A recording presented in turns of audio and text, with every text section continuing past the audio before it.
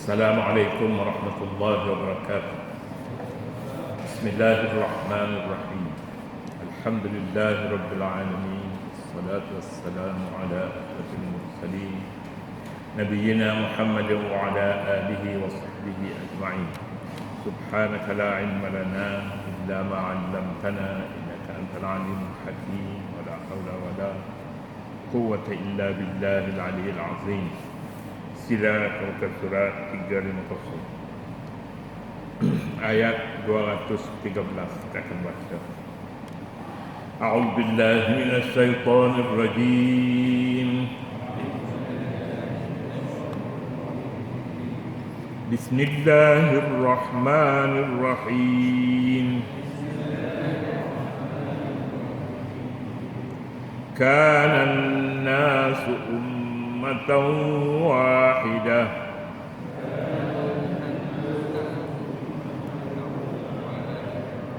فبعث الله النبيين مبشرين ومنذرين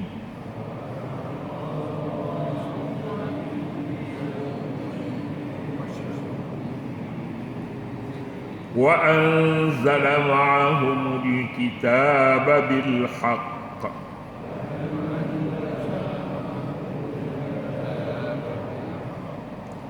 ليحكم بين الناس فيما اختلفوا فيه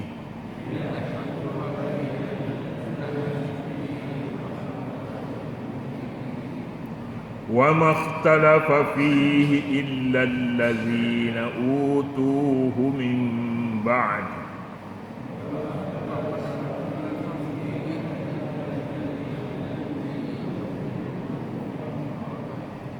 من بعد ما جاءتهم البينات بغيا بينهم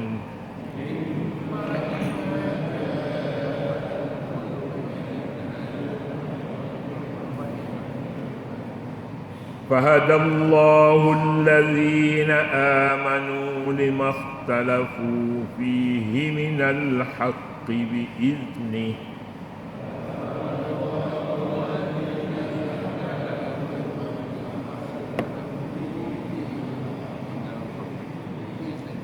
والله يهدي من يشاء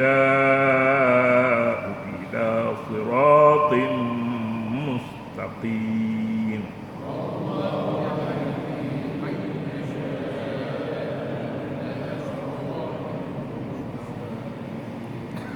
صدق الله العظيم.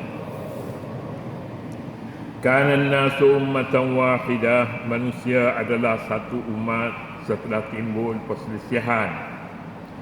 Fa ba'atsallahu an-nabiyyina mubasysyirin wa munzirin, maka Allah mengutus para nabi sebagai penyampai khabar gembira dan selaku pemberi amaran.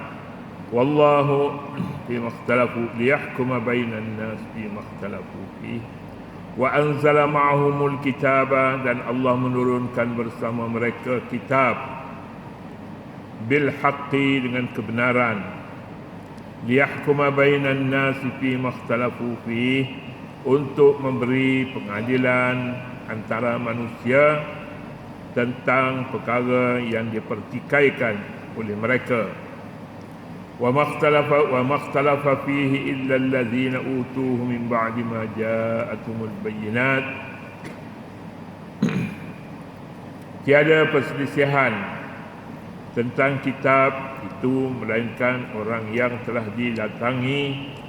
didatangkan kepada mereka kitab itu min ba'di ma ja'atumul bayyinat, setelah sampai kepada mereka keterangan yang nyata. Baghyan bainahum, kerana hasad dengki sesama mereka. Fahadallahu allazina amanu limakhtalafu fihi minal haqqi biiznih, maka keterangan yang nyata kerana hasad dengki sama ada sesama mereka sesama mereka sendiri. Wallahu yarzuqu man yasha'u bighairi hisab. Lalu dengan keizinan Allah menunjukkan kebenaran kepada mereka yang beriman tentang hal yang berkaitan, dan mereka dengan kehendak Allah, dan Allah sentiasa memberi petunjuk kepada mereka, iaitu mereka yang dikehendakinya ke jalan yang lurus. Ayat ini menyatakan kebangkitan para nabi yang membawa berita-berita baik dan berita-berita tentang pembalasan kesaksian. Ayat ini datangnya selepas daripada beberapa ayat yang menyatakan apa yang seharusnya dilakukan oleh manusia selepas pulang daripada mengerjakan haji, ataupun dikatakan selepas tawaf ifadah, tawaf pulang. Beberapa amalan yang harus dilakukan oleh orang yang bertaubat, orang yang bertaubat di sana. Kemudian balik ke rumah, teruskanlah amalan bertaubat itu. Kemudiannya ayat menyatakan ada orang yang berdoa, dia minta doa untuk dunianya saja tanpa meminta untuk akhiratnya. Satu orang. Satu lagi pula ada orang yang meminta dunia dan akhirat sekaligus. Faminan nas man yaqulu rabbana atina fid dunya hasanah wa fil akhirati hasanatan wa qina azabannar. Masing-masing mendapat bahagian daripada permohonan mereka kepada Allah, iaitu permohonan yang cukup syarat. Ada syaratnya dia bertaubat, ada syaratnya dia berhenti segera, ada syarat, berbagai-bagai syaratnya dilihat oleh Allah Subhanahu wa taala menurut ilmunya, menurut hikmatnya. Kemudiannya Nabi SAW, Nabi Muhammad dibangkit selepas daripada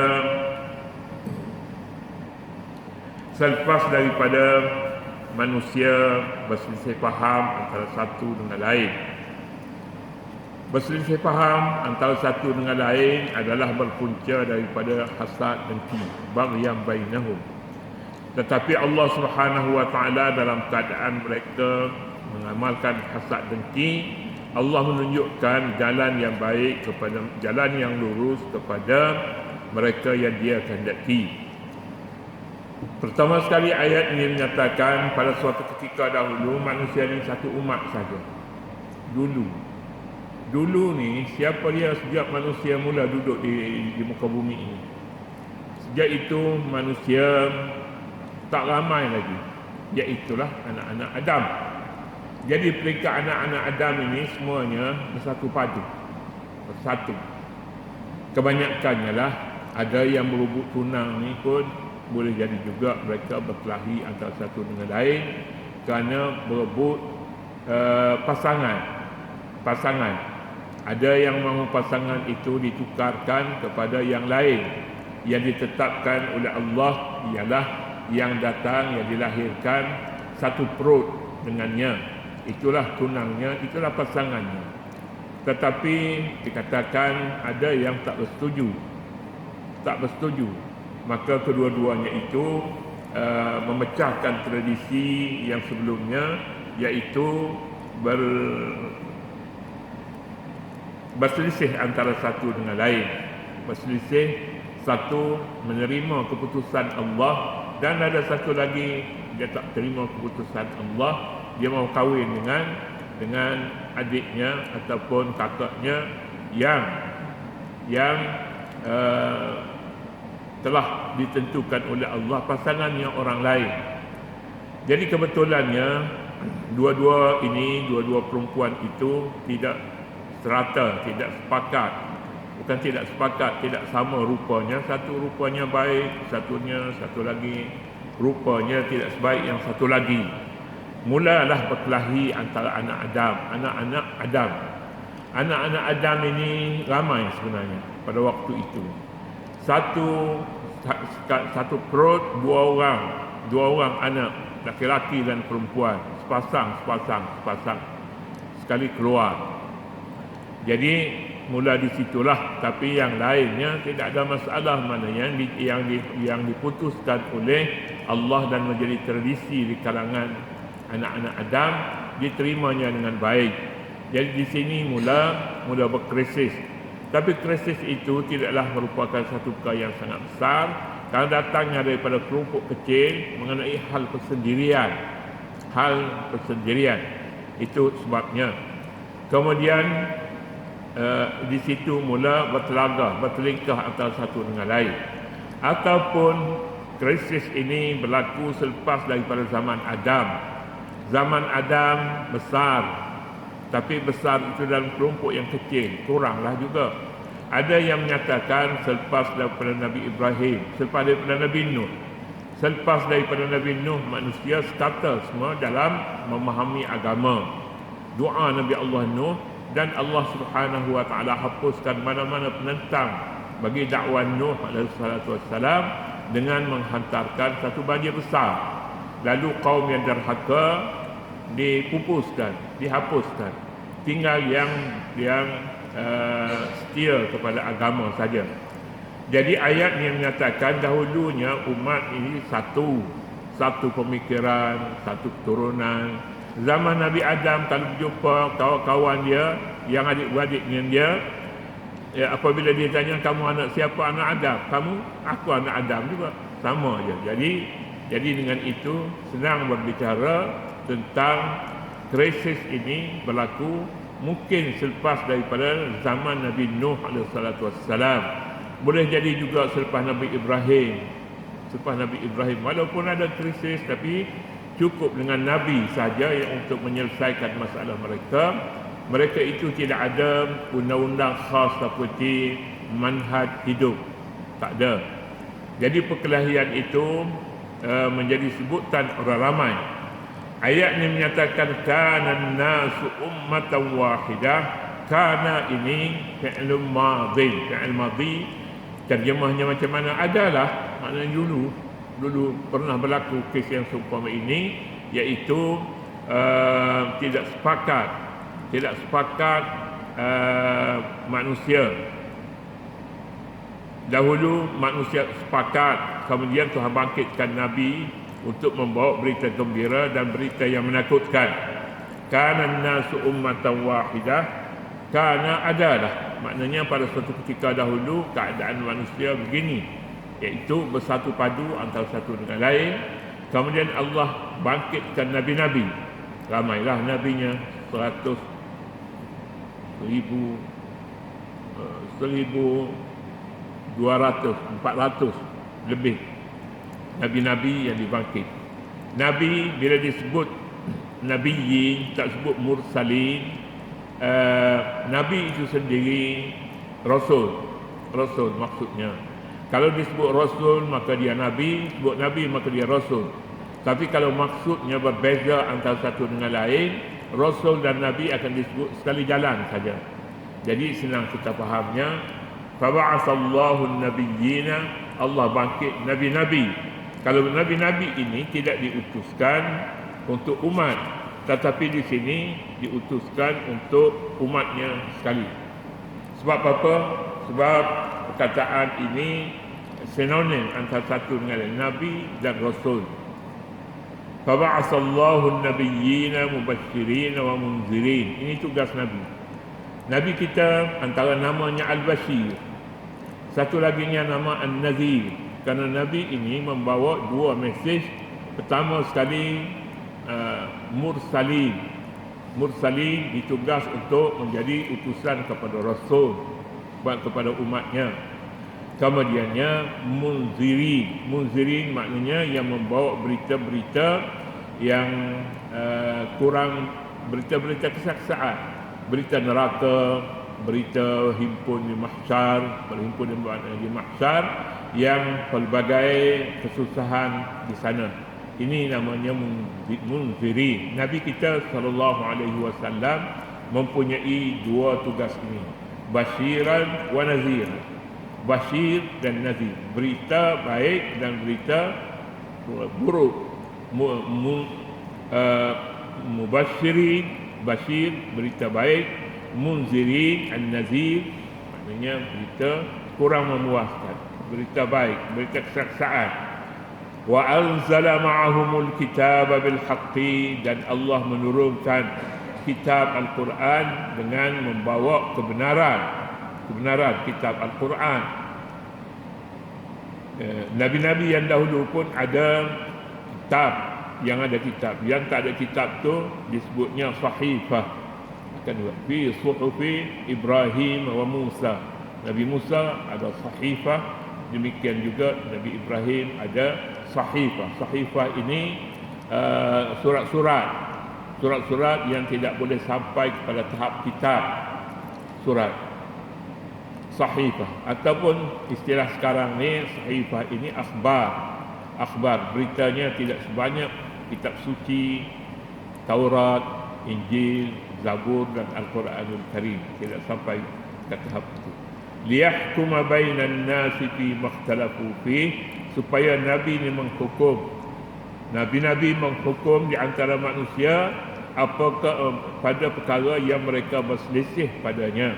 Mengapa Alkitab itu diturun? Kerana inilah jalan manusia boleh bersatu antara satu dengan lain, iaitu mana-mana pertikaian yang berlaku, rujuk saja kepada kitab yang di atas yang diutus kepada nabi-nabi mereka.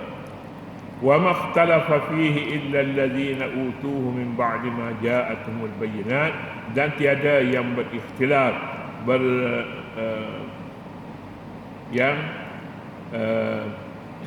tidak bersatu padu kecuali orang yang diberi kepada mereka kitab selepas daripada kitab itu datang. Kitab namanya Bayyinat. Selepas daripada datangnya kitab, perbalahan antara mereka terus berlaku lagi kerana ada pihak yang dengki antara satu dengan yang lain. Dengki adalah satu penyakit yang sangat besar kepada masyarakat manusia dahulu dan kini. Hari ini pun begitulah juga. Dahulu pun Nabi-Nabi itu apa sebabnya diutuskan? Kerana supaya Nabi itu menyelesaikan masalah-masalah yang berlaku pada zamannya, menerusi manhaj Allah, menerusi peraturan Allah Subhanahu wa taala. Kemudian seterusnya, fahadallahu alladhina amanu limakhtalafu fihi min al-haqqi bi'iznihi wallahu subhanahu wa ta'ala a'lam. A'udzu billahi minasyaitonir rajim. Bismillahirrahmanirrahim. Allahumma a'inna 'ala dzikrika wa syukrika wa husni ibadatik. ربنا اغفر لنا ذنوبنا ولوالدينا ولمشايخنا ولجميع المسلمين والمسلمات. اللهم فارج الهم وكاشف الغم، مجيب دعوة المضطرين، رحمة الدنيا والآخرة. اللهم إنا نعوذ بك من الجنون والجذام والبرص